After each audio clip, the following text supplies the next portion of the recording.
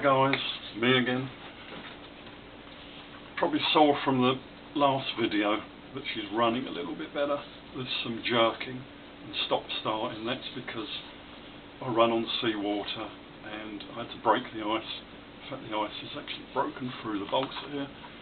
I think the main improvements were getting the sponsons in line with the prop shaft angle, and that's sort of leveled the boat up a bit, although she's running a bit snooty, a bit high. But I think just flattening this a tiny bit might improve it. I don't know. That's not why I'm doing this bit. I looked back at the bits I'd uploaded to YouTube and realised I put zero context to this design, and I should just say that this is not the layout that Doc gives in his drawings. What I was trying to achieve was using parts I bought 3 years ago, and I'll show you that. So I've got a small famine and feast engineering business. What I tend to do is, when it's good, I buy every item I might need for the next year or two in runners, outrunners, 2S, 3S, 4S, etc. So that was a purchase about 3 years ago. And then, look out, I don't know how many people do this. When the prop shafts were £2 each, well, I'm the guy that buys them all. I just buy everything. They're super cheap, so I try and make them work, although you've probably seen these Joyway ones, these Hobby King ones. They've got problems. I mean, these ones, this particular one, this is nice. Look, this comes brass plated, so you can solder it. But they always have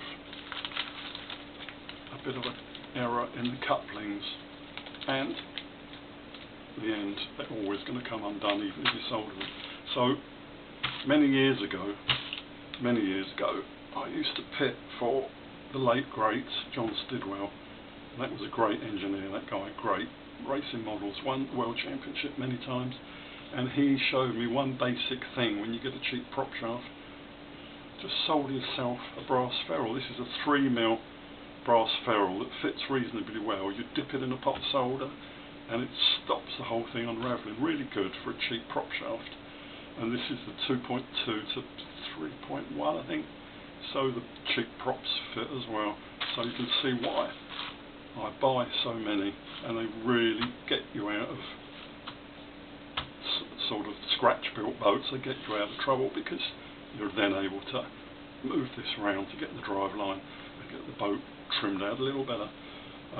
So any offence given in the last video was me trying to learn editing 3 o'clock in the morning and not thinking it through. So apologies for that. And if I get any more improvements, I shall upload some more. I don't know if Doc, with this design, will let me in his club, because I think this is probably not the jet stepper anymore. It is the 14-inch, it is the width that he's given on his drawing, but other than that, this layout is not the same. And if I was to do another one of these from scratch, the first thing I'll do is I'd probably increase this depth, because most of my riggers have the hull just under the prop shaft, just enough to trim it, and then I just lay tiny sponsons. You can see these are super deep.